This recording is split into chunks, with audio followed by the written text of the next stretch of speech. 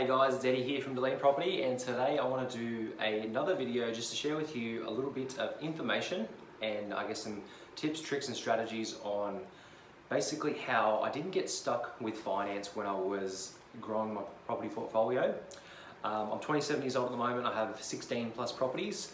If I were to take you back basically about 3 to 4 years ago, I would have been 23 years old roughly. I think at the time I had about 6 properties in my property portfolio, and I guess I got stuck at that point after about 5-6 properties that I purchased when I was about 23 to 24 years old. I got stuck with finance, and I was actually having a lot of trouble being able to continue growing my portfolio. So basically, I had bought my first property when I was 18, and then after that, by the time I was 23, I had about 5-6 properties under my belt. And up until that point, I guess I was trying to grow my portfolio, especially between the ages of 21 and 23, very aggressively, and basically got stuck at the age of 23 with about 6 properties. The bank basically came back and said, a lot of banks came back and said that I couldn't borrow any more money, I couldn't buy any more investment properties because my serviceability or borrowing capacity was too low. So basically I was stuck at that point, and I guess I want to share with you 6 different things that I did that I guess allowed me to continue growing my portfolio, actually overcome that hurdle, that obstacle that I was faced with for probably about 8 months to almost a year and a half, that I was pretty much stuck. And one of the things was basically, up until that point when I had about 6 properties, was probably the number one thing was my income. My individual income was probably between 50 to 60,000, probably even less than that at that stage. And it's very easy to basically say, go out and make more money, find a higher paying job, take on more hours at work and all that other kind of stuff. But basically I had to be realistic at the same time, that if I wanted to go from 6 properties to 10 properties to 15 properties, etc., that I couldn't stay on that income. I basically had to make more money. There was no other way around it. And one of the things I did was I got a second job. So I was working full time, and then I was doing bartending at night. So I was pouring beers and working at an RSL and all that kind of stuff after hours. So when I was 23, 24 years old, I was doing that, and I actually did that earlier, but then I stopped for a while. Basically, I went back to working 2, sometimes 3 jobs at a time, just to increase my income, to be able to save more money, buy more property, get more finance, and move forward. So that was the number one thing. I basically did whatever it took just to increase that income from 50 to almost double that within that period. And I did it for a certain period of time. After a while I stopped doing the 2 jobs and just did the 1, but I was basically increasing my income. At the end of the day, if you want to, depends how quick you want to and aggressively you want to build your portfolio, but you've got to increase your income and be able to save as much money as possible to build up those deposits. So that's number 1. That's one of the things I did. Number 2, I lived very frugal, and I did not spend much money at all during that 3, 4, 5 year period. No fancy clothes, no going on massive round the world holidays and all that kind of stuff.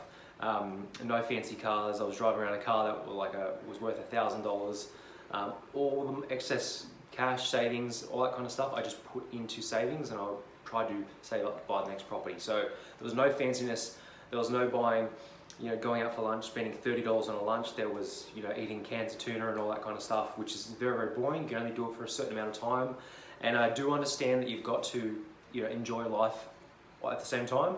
But at that stage, I was very, I guess, committed to sacrificing the small things for the future stuff. So number 2 was living very frugal. Number 3, I actually saved genuine deposits. I was able to move forward with being stuck with finance because I saved genuine deposits. I didn't just rely on equity, which a lot of people do. They buy 1 or 2 properties and they just release it when the property goes up value or the loan goes down, they release equity. So I saved up genuine deposits over 3 months, 6 months, 12 months, 24 months, etc., and tried to save literally 75% of my wage or more during that period. So save genuine deposits are number 3. Number 4 was I got rid of things like credit cards and all that kind of stuff that I had. I realized that your borrowing capacity, when you go for finance, your second, third, fourth, 10th property, whatever it is, I actually sat down with mortgage brokers, sat down with people from the different banks, picked their brain, learned different things about what personal debt does against your serviceability or borrowing capacity with the banks. So even if, as an example of that, if you've got a $10,000 credit card, even if you don't owe any money on that credit card, it still counts as a liability that you actually owe money on that credit card, even if you don't owe any money. So it takes away from your borrowing capacity, basically, and holds you back. So I got rid of things like that. Was another one. That was number 4. Number 5 was basically I always bought high yielding rental properties. Meaning if I bought something as little as $200,000, I made sure that it was renting for $300, $350 a week. So there's about a 7% rental return or higher.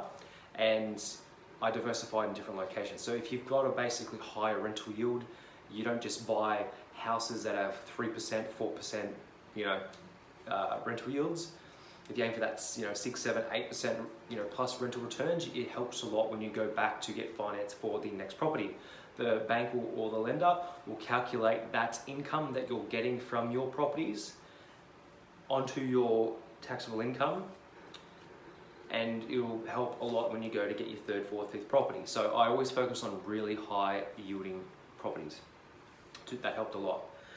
Number 6 would be basically I always made sure that whatever property I was buying it below market value. I was buying it below comparable sales. Whatever you want to call it, below market value, below comparable sales.